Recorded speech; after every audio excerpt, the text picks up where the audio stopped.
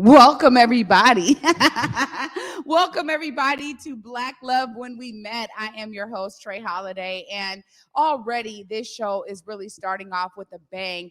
For those of you who joined us last night, you guys saw the goods, Sean and Kimberly giving us their love story. And today we get to dive in with Blaze Vincent and Dyneeca Adams. I'm so glad that they're here with us. Welcome, you guys.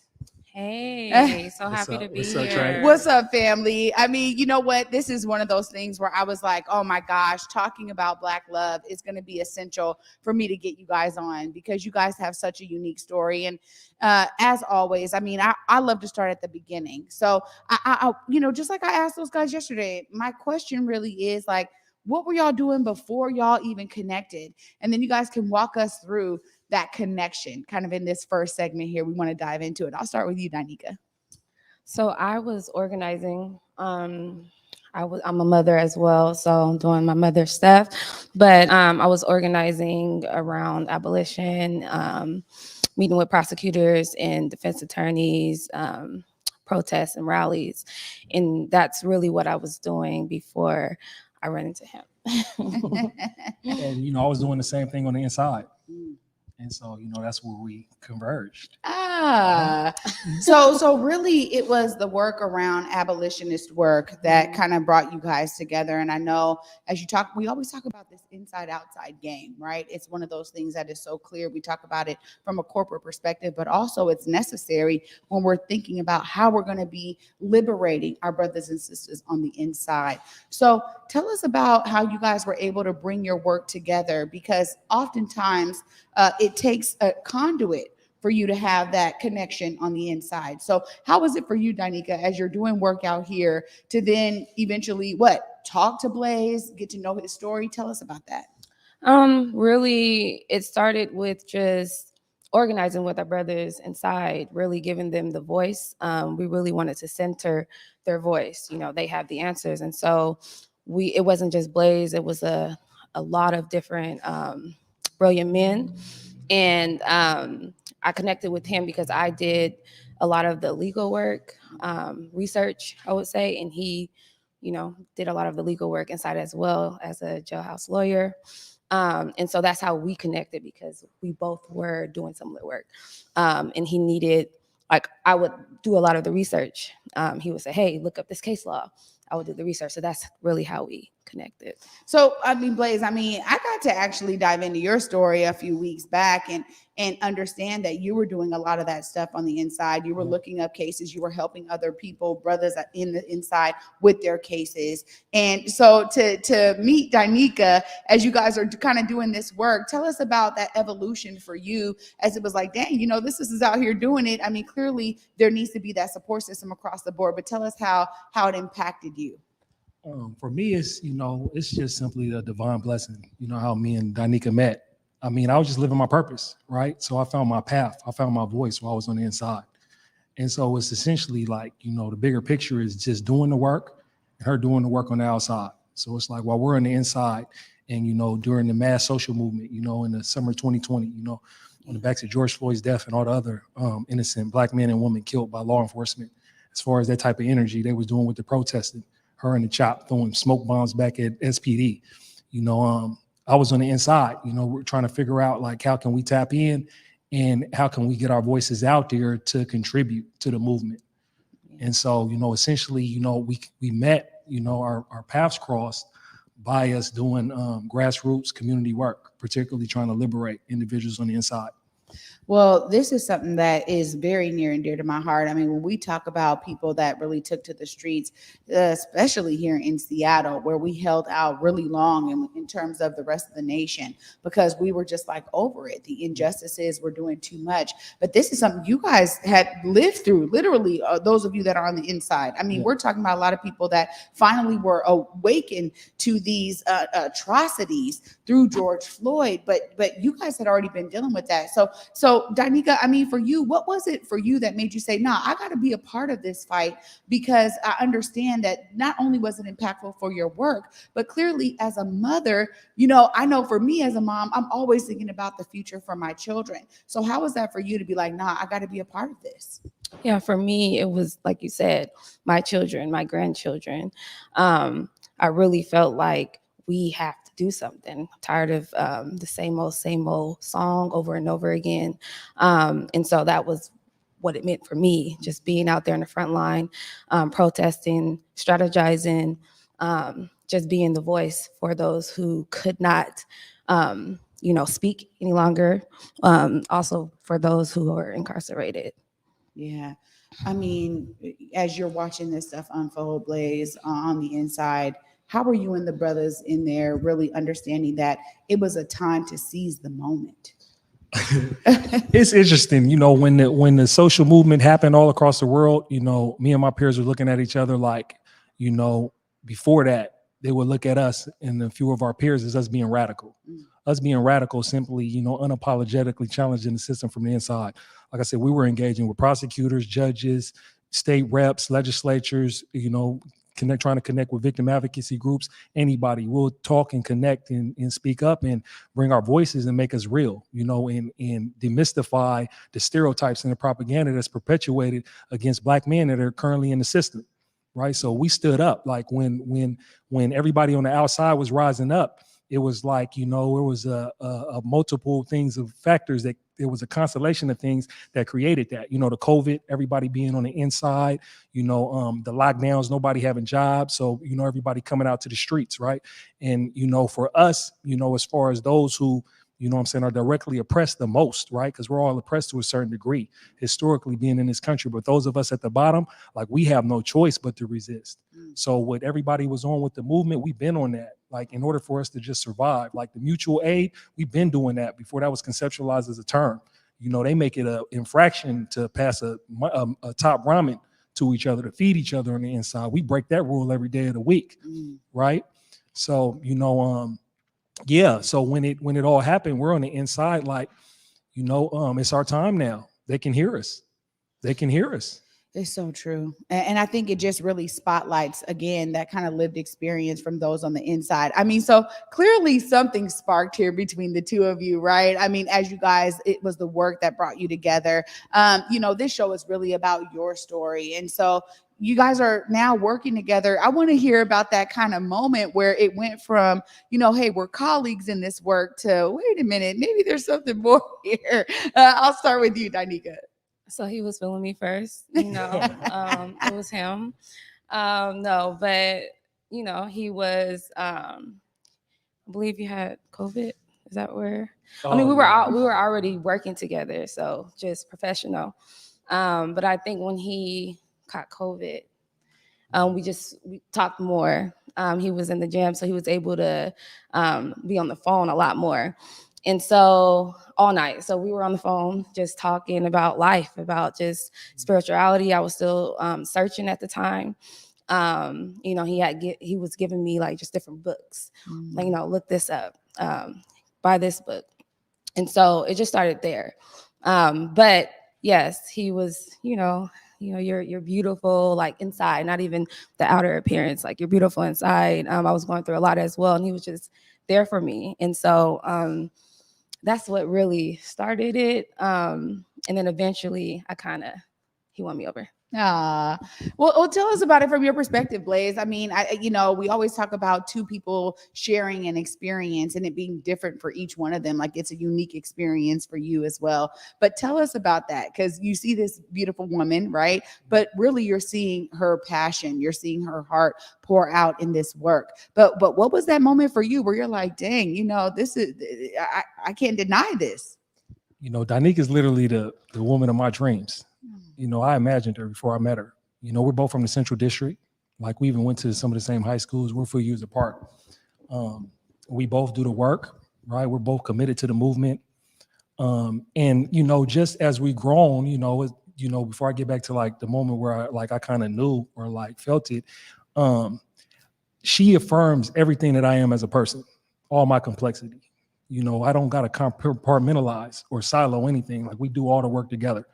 She's like my sidekick for those old school out there. It's like Contra, side by side, as far as how we do the work with everything, family life, the nonprofit work, the business work, like we do everything together.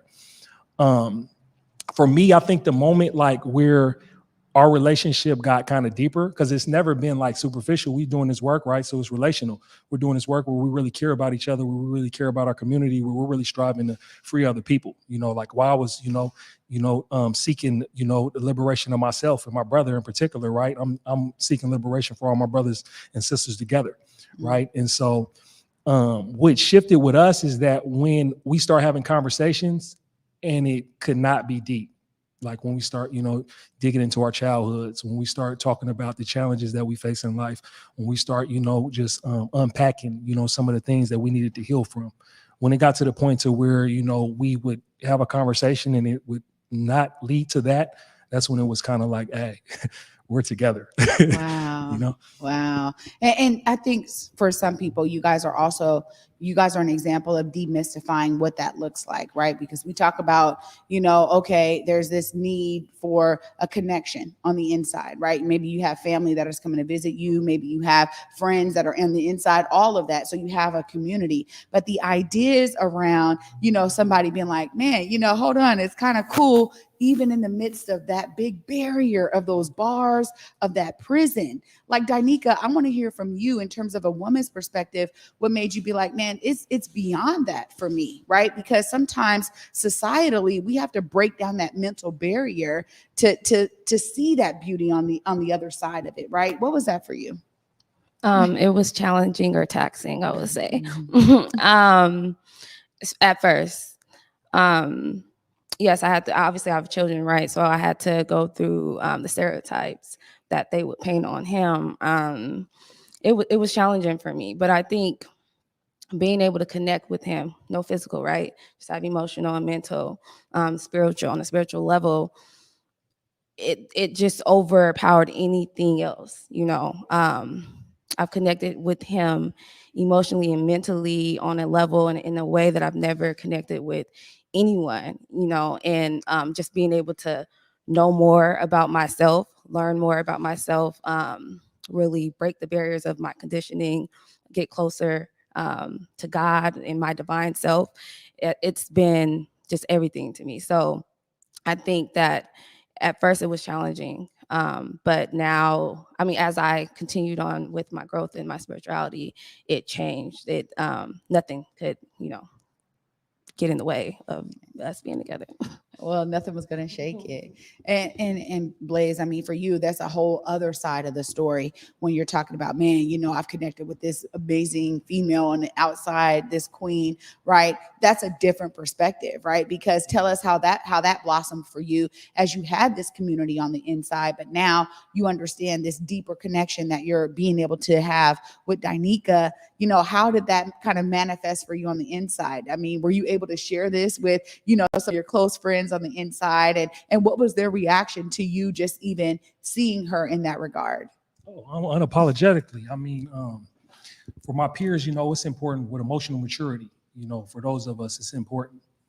I like the Jay-Z bar. He says, we got the armor, but we need to be softer for our daughters. So the concept of being emotionally mature, emotionally available, but like Dyneeca talk about, is the mental, emotional, and then the spiritual connection and being on the spiritual path. Like one of the significant things in the growth of our relationship was, when she shared about her questions of spirituality and where she was in her path, and how I was able to go back and share where I was at that particular point in my spiritual path. And, when we just got the dialogue and, just sharing where I was at, where she was at, and,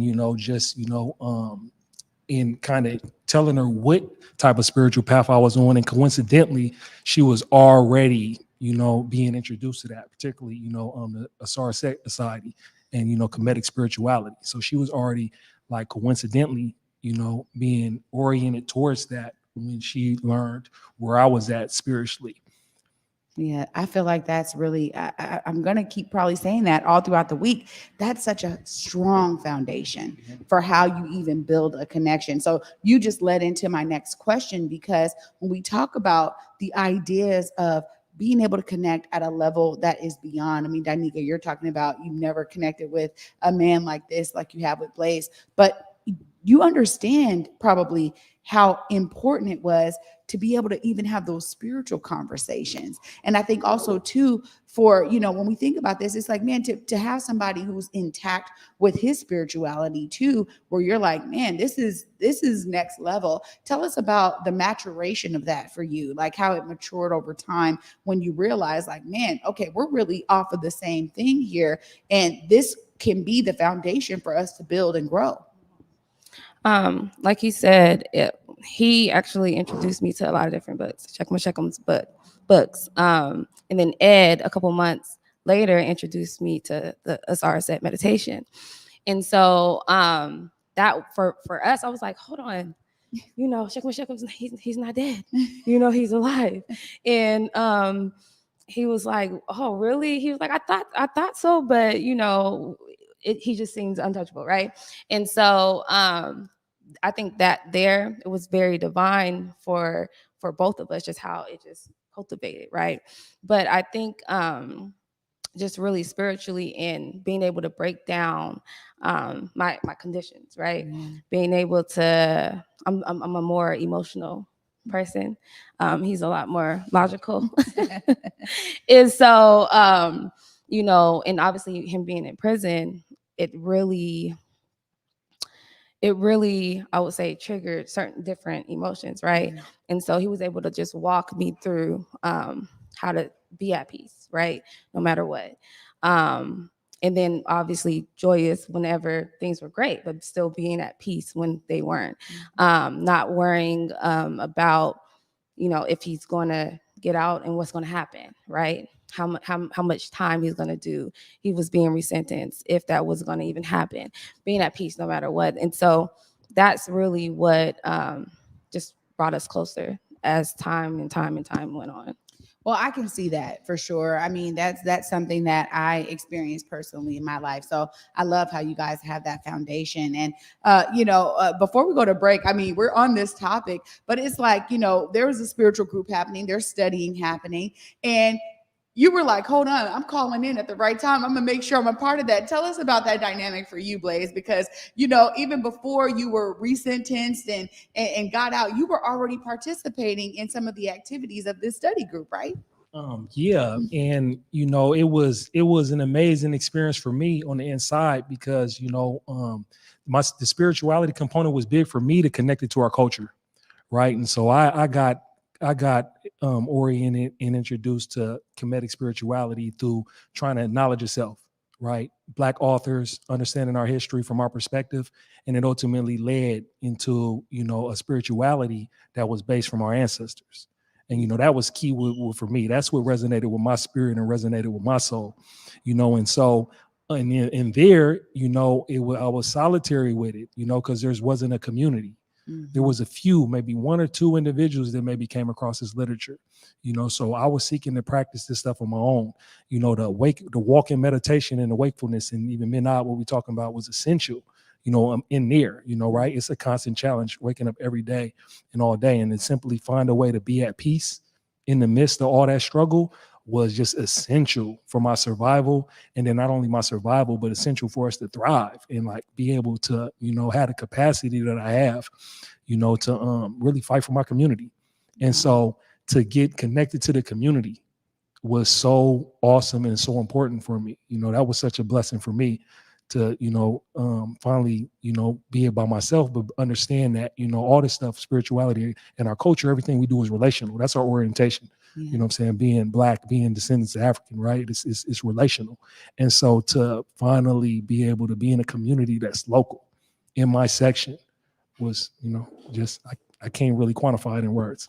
Well, I just love it. I mean, look, you guys were making it happen while he was inside. We're going to be talking after this short break about, your resentencing, because then that just changes the game. And I know that there was probably a lot of layers in there in terms of you guys dealing with the relationship you guys were, cultivating with each other. So we're going to dive into that and really talk about the growth and the blossoming of your relationship. You guys stay tuned after this short break. You're watching Black Love When We Met.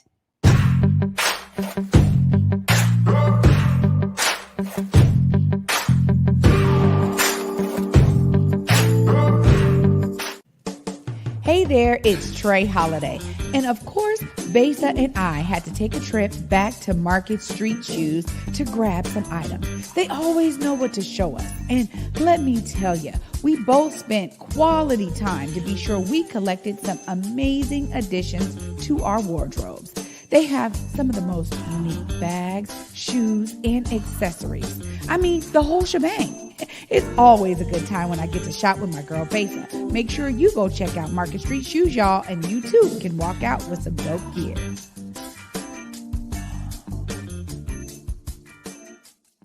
When the pandemic hit, it did affect me. As a barber, I had my own personal reasons why I didn't get vaccinated. At the time, I didn't check the actual source. I thought the vaccine was developed too fast, but I was talking to a doctor and he was telling me more about the vaccine and what it can do to protect us and our family. I wanted to get back to that once was, right? I do feel safe knowing that I am vaccinated. I just hope what I'm saying is reaching into people's heads to know that this is the best decision for all of us.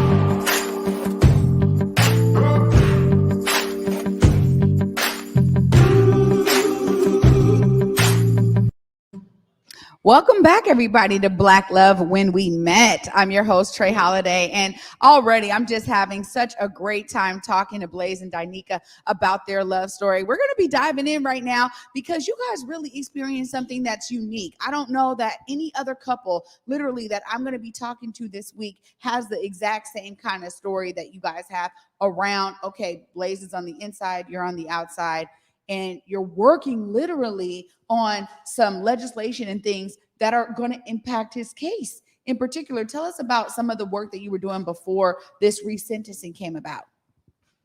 Yeah, so we were, like we said, at first trying to really reach out to the prosecutors, trying to see if they could get an agreement, with his attorney for him and his brother, but that didn't work out. We were, like I said, just reaching out to the community, pushing his case out. Sorry. Mm-hmm. And so that's really what we're doing. We were really just reaching out to the community and continuing to organize around his case. Yeah, and you guys are doing a great job. I remember actually hearing so much about it, really getting community members kind of riled up because, again, when we talk about this, charging young folks as adults, it's been a real issue here. Blaze, tell us about some of the work you guys are doing on the inside, because you talk about your work inside, but it was also waking people up to that as an injustice in and of itself. Yeah, I've been, fighting for my freedom the whole 18 years I was down. There was only maybe like 18 months that I was in there where I didn't have something in the courts, where I was battling it out. And so particularly, my case and my brother's case centered around us being juveniles tried as an adult. And so, you see these sweatshirts that we're wearing as far as abolishing decline, black boys are 28 times more likely to get charged as adults than white kids. Mm-hmm. Right. And so they created this policy, in the mid 90s amongst the hard on crime, super predator theory, all the stuff that we know that they used against our community, and particularly against, black men and black boys. Right. And so in 2017, our state Supreme Court acknowledged that children were different than adults. Right. And then the technical aspect was whether or not that particular decision applied to people whose case came before that decision, which is known as retroactivity. Right. And so, I was banging it out with the prosecutor for like those 4.5 years from the middle of 2017 all the way up until, I finally got resentenced in January this year. And in between all of that, though, like I said, I advocate for others and was helping out others, and others was legal jailhouse lawyers. We had a network in there in which we all supported each other and just strive to get people free and get people liberated. And we were actually having success. We actually got people out. While we were also fighting for our liberation. One of the big things, though, with my struggle with the King County Prosecutor's Office, and as far as me ultimately and my brother ultimately being liberated, is a thing that we're going to talk about later on, as we continue to have these conversations with you, is there was a Blake decision in which they ruled that our simple drug possession law in Washington was unconstitutional because it criminalized innocent conduct, and so what happened was the prosecutors went to bat with me the whole entire time to not allow me an opportunity to be resentenced, to not allow my brother the opportunity to be resentenced, to deny, us being children and being different from adults in a particular system. And so when that case came down, they had no choice but to deal with me at resentencing in front of a judge who has absolute discretion to take my youth into consideration and my brother's youth into consideration and our rehabilitation into consideration. So, they didn't do us no favors. And it's a beautiful struggle for me because as they were doing all that, it's like with this resistance, it just makes us fight harder. It makes us come together more harder and it makes us want more, and so ultimately what happened was, and it's a beautiful thing. I had tapped in a lawyer, Jeffrey Ellis, and phenomenal person. He actually, he was a white lawyer, but he had a house in the Central District. One of the things he was telling me when we tapped him in at the end for resentencing, he was like, he knew a young brother that was in his neighborhood that stayed around his house and would even play with his kid and all that. And he knew, there was things going on in the hood and all that, and it was, the kid so-called at risk and all that.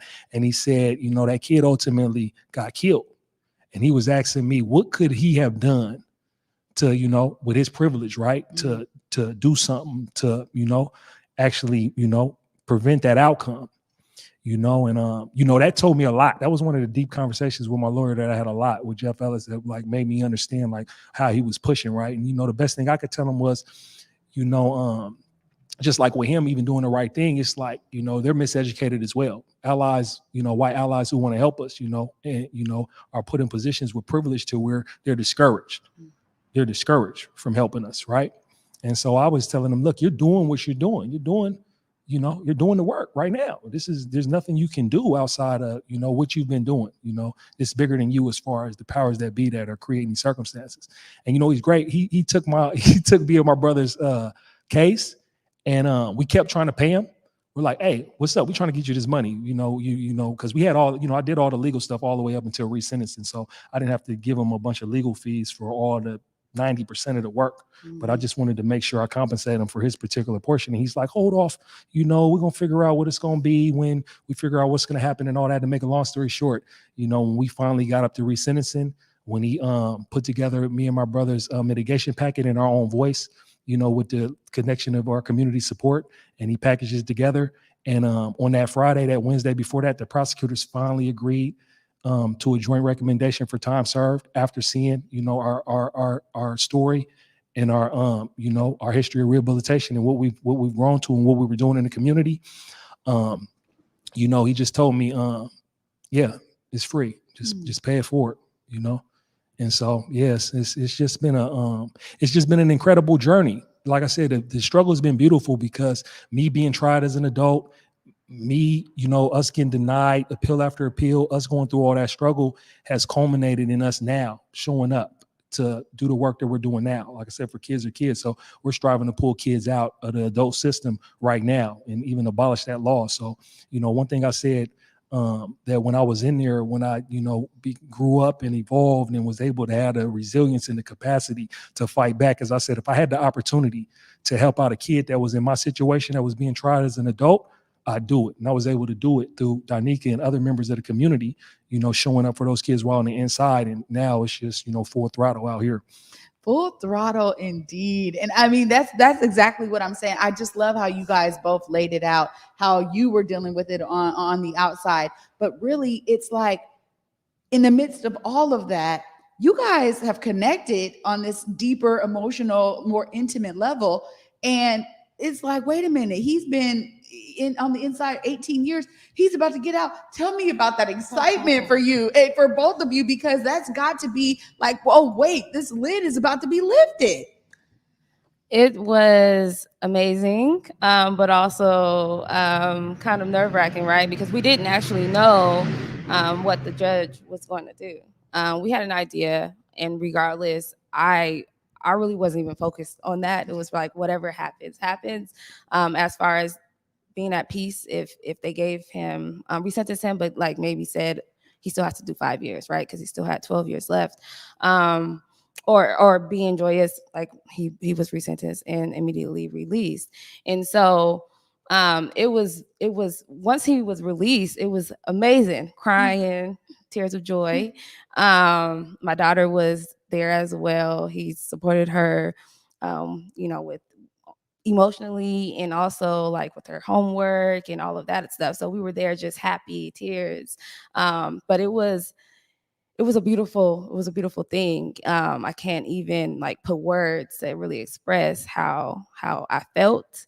And especially the day that he was released and he came out pushing all his boxes of books and books and books. It was amazing. Oh my gosh. I gotta say, because I know when I first got to see you guys together, it was one of the first things I asked you. I'm like, he's out. Like, you know what I mean? It's like, when you really see somebody as, this better half of you, this other half, this like real spiritual mate. And it's right. Like the ideas that, oh my gosh, we're no longer held by those barriers of the prison system. Right. And now you guys are doing this work with our kids together, stuff you were already doing, but now he gets to be even more effective out here. Like that was one of the first questions, because you were just beaming. You were just cheesing. I'm telling you, I just loved it so much, because I'm like, I can tell you're like at a whole nother level right now.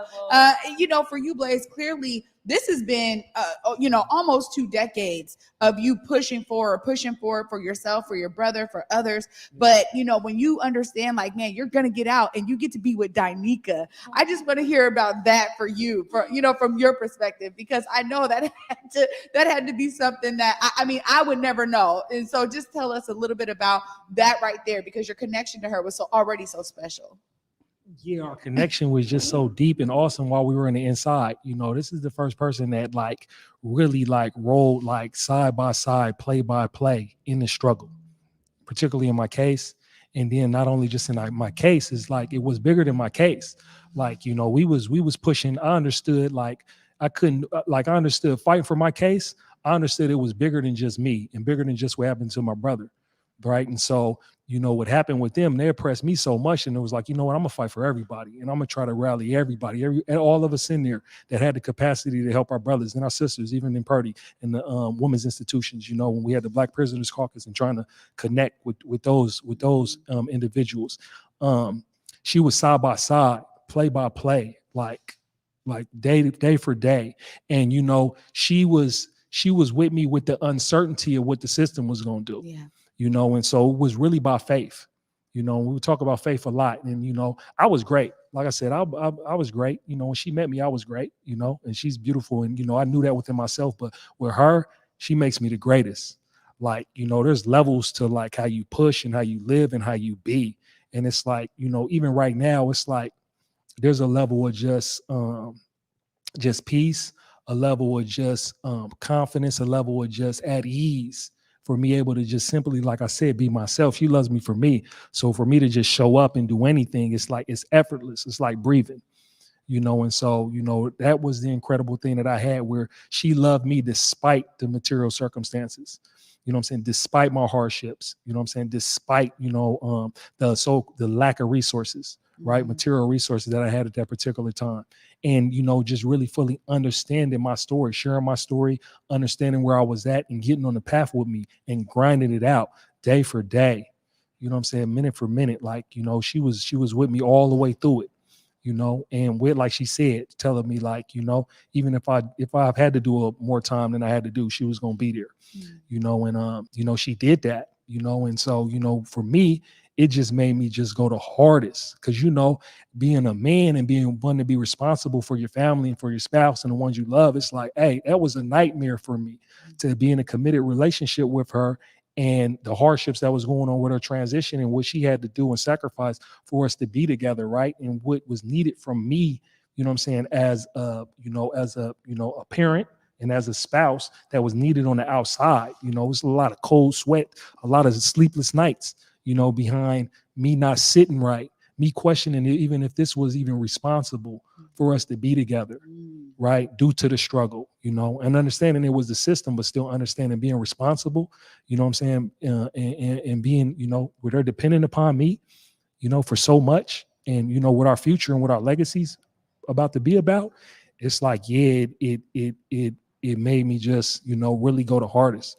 It really, it really just really cut out everything else, you know, as far as what life was about and what my focus was. And, you know, I tell her all the time, I put my family first. And, you know, even since I've been out, one of the things I've been is like, you know, with capacity, right? Doing all the work, like family work and you know, the advocacy, you know, I work as a resentencing and reentry navigator at the Seattle Clemency Project. So I came out and I'm doing the exact same work that I was doing on the inside, right? Amplified, being free. And, but one of the things is with the balance is like, you know, on the front end with this reentry being 64 days out, trying to go hard, like 3 hours of sleep a day, trying to get it all in, calling myself for the sake of, you know, providing for my family and for the community and all that is, you know, I realized that, you know, if I keep it up at this pace, I'm not going to have no capacity to be around, right? The best ability is availability. And so, you know, what clicked for me with that was, if we're doing all this work, right, to create a better circumstances and better environment for our family and our communities, then I have to make sure I had a capacity for my family first. And, you know, that adjustment in the first few weeks out, it really revealed to me that that's where all my capacity and energy comes from. When I put my family first and I slow down and prioritize what I need to do for them, they give me all the energy that I need to, you know, not get tired doing the work. There it is. And he cuts everything out, even from my schedule. He was trying to cut it. Like, nah, we don't have time for this. You know, we can't do that. It's important, but maybe next time. So no, he's serious about capacity when it comes to us. Well, it's so important. And I think many of us need to learn that lesson. Let me tell you, I'm always trying to balance myself because I'm out here in community. I'm wearing multiple hats. I'm a mother of two, and doing a lot of that kind of stuff with my village, really, you know, and if it wasn't for my village, I totally understand that I wouldn't have the capacity to kind of do what I'm doing out here in community. So it is that ever loving wrap around where you have to have that, because you have to be able to balance it all out, particularly in this work. When we talk about, you know, liberation work in general, equity work in general, is particularly for the Black community. And we have this lens of like, man, we need to do something for our people. There's so much that needs to be done. And so sometimes it can be a very large mountain, right? And so I love that you take it that far. I mean, Dyneeca, you already have children, right? So I want to hear about their response to Blaze entering your life. Daddy Blaze. Yeah, there it is. Daddy Blaze, right? Like I know that already they were able to, like you said, your daughter building this connection, but now that he's really, you know, physically with you guys, how have your kids really just like wrapped him up in their arms, in their love, and really took on this amazing new addition to your family? They love him. He is amazing. So, you know, before he even came out, you know, he was really, you know, headstrong on family, kids, you know, I put you first, put y'all first. And I believed him, right? And then he came out and it's like on a whole nother level. They love him. They call him Daddy Blaze. But they love him when it pertains to schoolwork, when it pertains to, like, I have a 14-year-old teenager, you know, and she, you know, has her little attitudes. He's there to reason with both of us, right? To really be that middle person to say, hey, babe, you going a little bit too hard, but hey, Amir, you need to listen to your mama, right? And just school, since he's been home, I get to sleep in. He gets the kids up. First of all, he wakes up around 5 a.m. in the morning anyway. He gets them up at 6. He takes them to the bus stop by 7. And then he wakes me up to take him to work. Right. And so it's just been a blessing, just that added, just divine being, right? Added man, just the love of my life. He's just amazing. And it's been a blessing for all of us. I just love it because you guys are over there beaming. I gotta say, right? Like you guys are just like staring at each other, just beaming. I'm feeling the energy. I'm definitely feeling the energy. So Daddy Blaze, I mean, you come out, you got a whole family. I mean, look, like you went in, you were a young person. And so I know that if family is so important to you, the way that you've been talking about it, how does that feel for you to be able to know that, all of her children have been like, man, Daddy Blaze, like, welcome to our family. We love you and we care for you, and you being able to be that kind of example for them and being responsible for your family. You're talking about family first, but I always want to get into that warm and fuzzy phase, because it's really something when children can accept, that look, this guy is the way he's treating my mama. Like, I know my mom is in good hands. Tell us about that for you. Well, yeah, right now the kids is trying to figure out which one's the favorite. Right, they trying to figure out which one's the favorite. But the babies are the greatest. That's a principle that I live by. And growing up on the inside, one of the things that guides my life, one of the principles is that I seek to be the adult that I needed when I was a child. Right, and that guides like everything that I do. Right, so I ain't nowhere where the kids can't go. Like literally, that's how I live my life. You know what I'm saying? I'll be with my family and then I go to work, and like I said, me and Dyneeca do the work together, so, everything's integrated. Like there's no, like I said, there's nothing siloed or compartmentalized with our life. And even with our 14-year-old Amia, like she's aware of the activism. She was in the CHOP with Dyneeca, and, she reads literature about activists and young activists her age, and she understands. We have these conversations about my incarceration and, and the dynamics to that stuff and the history behind all that. And even just teaching her U.S. history and filtering out, what they're not saying in these particular textbooks that they're trying to teach our children, making sure that we give them a relevant education. And, one thing about us is that us showing up and being ourselves, right? That's enough for the babies to emulate, right? We talk about neuroscience and all that, 80% of your brain's devoted for visually. So how we grew up. Don't do what I say. Yeah. Don't do what you see, do what I say. Yeah. And wrong. They're going to do what you see. Mm-hmm. So we trying to make sure what they see is aligned with what we say. Yeah. And so like me loving me, I love her most. Me loving her most, it radiates onto the kids. My son reflects off her moon onto our stars. Mm-hmm. And they gravitate towards me with like how they know I make their mom feel. Right. And so, being on the inside, they got that energy. And then being on the outside, they get me. And so it's just like I said, it's a beautiful experience. It's a beautiful experience. It's nothing greater than like being a parent, and even more so just having the resources to provide for our family. Mm-hmm. So we have the resources to have all our basic needs met and all the kids' needs met. And so when the kids is running around, being precocious or maybe so-called spoiled and all that, I'm looking like, hey, this is a blessing. Like our kids is good. They're well fed. They're safe. They got two parents that love them, and so it's just an incredible blessing to just keep that in perspective. Like, we went through all our hardships. She went through all our hardships in her previous relationship, and, we're together, still in the midst of, with the fight, the hardest part of like our battle and struggle is pretty much over. And, we're on path for home ownership. We're on path, to build wealth, and so, it's just an incredible blessing for us to, break these generational curses. Oh my goodness. You guys are making me all the way hot over here. I'm loving everything. And before we go to break, lastly, I just really want to ask, now that you guys have really been able to be in space together, really be together in your home and build your home, tell me about something that you guys have been able to do since he's now been released, and that means that you guys get to have date night. You guys get to go do stuff. I want to hear about maybe some of those high moments. I'll start with you, Dyneeca. Tell me, what things really stands out in your brain about, man, it was just great to do that with him, experience this with him? Two things. I think meditation, right?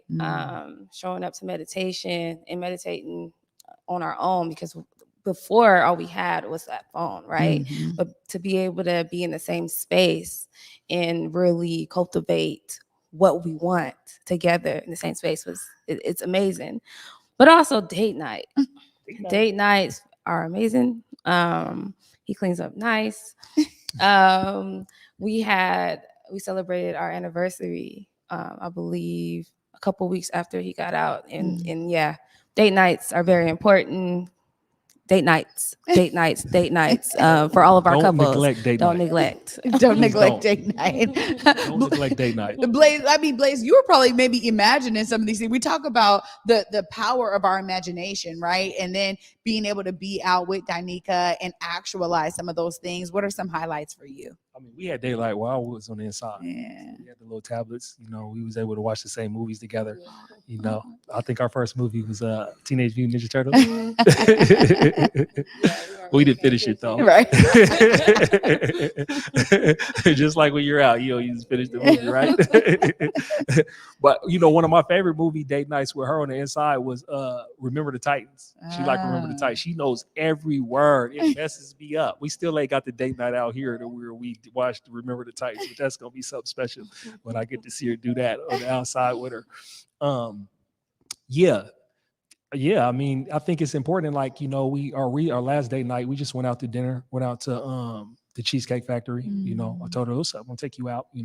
Maybe some stuff was going on, work and all that, and almost was like she didn't want to go, but I'm like, hey, what's up? Let's go. We went, and what's important is, just like I said, put my family first and how it gives you the energy. Ours is our relationship, us having that space, us having those date nights, us having time to be by ourselves and intimate in an intimate setting outside of just the day-to-day minutia, was another thing that like energizes us, what I'm saying, and keeps, that intimacy, and because I talk about, like I tell her all the time, like I love her most, but I like her too. I like her. There we go. Right. And so, we got to keep our likes up, So I gotta make sure she likes me too, because I annoy her. I annoy her. Let me tell you. He's he's a little annoying, but he's the sweetest thing in the world. Like he's the sweetest thing in the world. If we are having a mini argument, he's the first one to be like, no, we're going to deal with the problem, but we're not going to be going at it because it's not about us, right? So, yeah, like I said, I'm more emotional. He's a little bit more logical. And so we've been able to really work on that together. So. Well, you guys just are doing the thing. I mean, this is really always these kind of conversations. The thing is to inspire the audience and get people to understand the ways that we come together is unique. But when you have foundation, you can really achieve anything that you really want in your relationship. So I'm just loving all of this. After this short break, you guys, they are going to get a chance to express their love for each other right here on this set. You guys stay tuned. You're watching Black Love When We Met.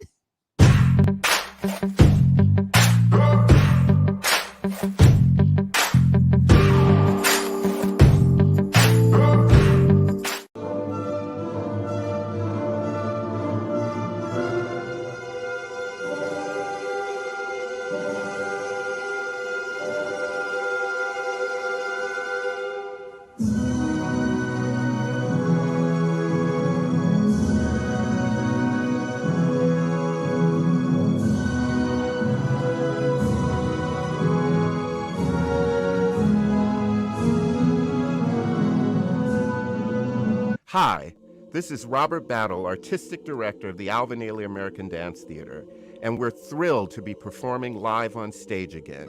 Come see the extraordinary Ailey dancers during my 10th anniversary season and enjoy some wonderful new work, plus returning audience favorites, including Revelation.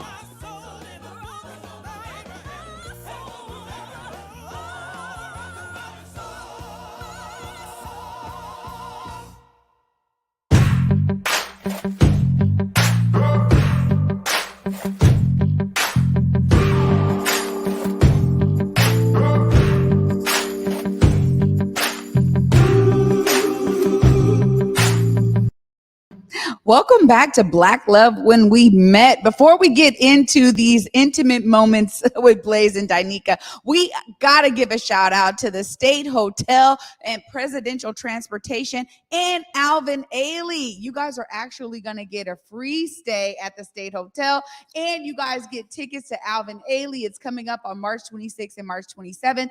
and you guys are going to get a presidential ride from Presidential Transportation. That is something that we worked out with our partners. We so thank you guys out there for really believing in this show and giving to our couples. So that's just a little something that we get to give y'all. Yeah. Date night. Yeah. Date Oh, night. as you were talking about date night, yes, absolutely.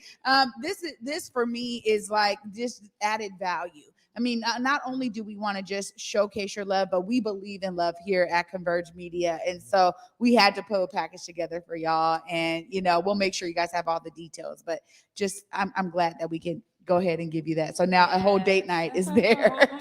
Make sure you guys got a sitter for the kids, okay? This is about you too. Mom. I love it. Hi, Mom. Well, at the end of the show, I love to give couples an opportunity to really express their love for each other right here. I mean, you guys have already done so much and really talked about the struggles that you guys had, the way that you guys deal with, disagreements, arguments, the way that you guys keep your flame ablaze, right? I had to throw that in there. With date nights and also just understanding each other. But I have to give you a moment to, look into each other's eyes and share what it is that you guys love about the other. I'll start with you, Dyneeca. You are Blaze, baby. You are the most amazing person, divine being that I've ever really experienced. You were able to see me, right? You were able to love me through all the flaws. I think the most important thing, just bringing me closer spiritually and being able to realize the divine being that I am was the biggest, I don't want to say accomplishment, but it was just so important, right? You're so patient, the most patient person that I've ever met, patient with my babies, patient with me, how you really just show up every day, intentional, in loving me, right? And the action behind it, not just those feelings, right? Just the action. I just appreciate you, just everything that you've gone through, and being able to transcend it. And yeah, you're my blessing. I love you so much. Thank you, baby. You're welcome. Thank you, baby. I knew you loved me before you told me.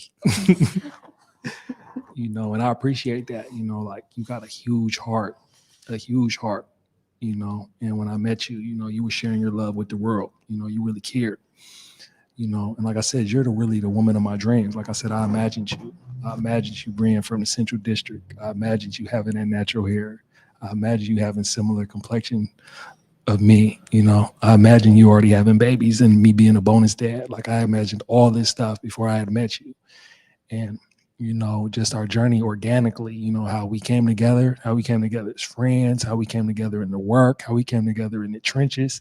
Like I say, you're my Nakia, and just, it's phenomenal. It's a blessing. Like you're my compliment, you're my better half. Like, you balance me out. Like I said, you're emotional and I'll be the eye of your storm. I'll be in the eye of your storm, logical. I love you through everything, and I just appreciate you, just for being the person that you are. And again, like I said, you affirm me simply being me simply being myself. You love every aspect of me. And, I totally appreciate that, that really, just helps me just be out in this world and do the work and be the best version of myself. And so, babe, I appreciate you so much and I love you so much. And most importantly, I'm just so blessed that you got a divine being right here in this, that you care my firstborn. And so I love you most, baby. Oh my goodness. Wait a minute. Did I hear that right? There is a baby Blaze on the way. He said baby his Blaze. First. Oh, look, she's like, I didn't know you was going to go there. Oh my God. Congratulations, you guys. I am telling you right now, the naming ceremony, everything, whatever, baby shower, I give a great baby shower, okay? Like I'm all here for it and willing to support y'all, right? That is so exciting. I'm elated over here. I'm elated. You guys, you hear that? Oh my gosh, there it is right there. I mean, when we talk about the celebration of love, children are such a stark example of what that is and what that looks like. Yes. Congratulations to you both. Thank you so much. Thank you so much for having us. This is beautiful. Appreciate Converge. Appreciate you. Yes. Black love matters. And just I appreciate you sharing this platform with us for us to, just share with the world. Yeah, you guys have warmed me so much. And I really appreciate you guys being vulnerable in this moment, sharing with the audience, because there's so much resilience that this show is really about. It's about how we get through everything, how we rise above these markers they try to put on our lives. You guys are such a strong example of that. I just got to say, Dyneeca for both of you. Dyneeca. That's thank God for folks out there. Dyneeca. You guys, I really appreciate you guys for sharing, and thank you so much for inspiring our audience out there with your love. Thank you. Thank you. Oh, I'm telling you, this show is already off to such an amazing start. These guys have continued in this brilliance, and we got to give another thank you to the State Hotel, to Alvin Ailey, and to Presidential Transport for setting our couples up with an amazing package for amazing date night, which apparently you need in an intimate relationship. You guys heard it right here from Dyneeca and Blaze themselves. And again, be inspired by their love, you guys. We so thank you for watching. Next time, tomorrow, I got a whole nother couple. We got Amanda and Tark. They're going to be in the building telling us about their story of Black love when we met. Thanks for joining us.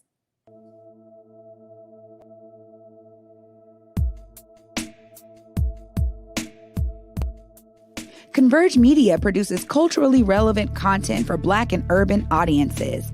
Our coverage is raw, transparent, and objective, praised by community leaders, government officials, and residents. Support Converge Media today via Venmo, Cash App, or PayPal at Converge Media.